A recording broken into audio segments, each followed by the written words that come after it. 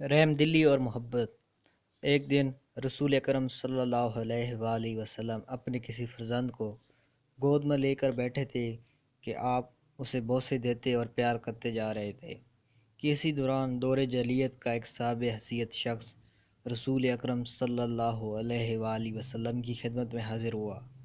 ان حضرت صلی اللہ علیہ وآلہ وسلم کو دیکھ کر اس نے کہا، میرے 10 بیٹے ہیں، میں نے آج تک ان میں سے کسی ایک کو بھی بوسہ نہیں دیا۔ یہ بات سن کر پیغمبر صلی اللہ علیہ وآلہ وسلم اس قدر ناراض ہوئے کہ آپ صلی اللہ علیہ وآلہ وسلم کا چہرہ اقدس سرخ ہو گیا۔ آپ صلی اللہ علیہ وآلہ وسلم نے فرمایا، من لا یرحم لا یرحم، جو دوسروں پر رحم نہیں کرتا خدا بھی اس پر رحم نہیں کرے گا۔ پھر آپ صلی اللہ علیہ وآلہ وسلم نے فرمایا، اگر خدا نے اپنی رحمت کو تمہارے دل سے نکال دی ہے تو میں کیا کر سکتا ہوں۔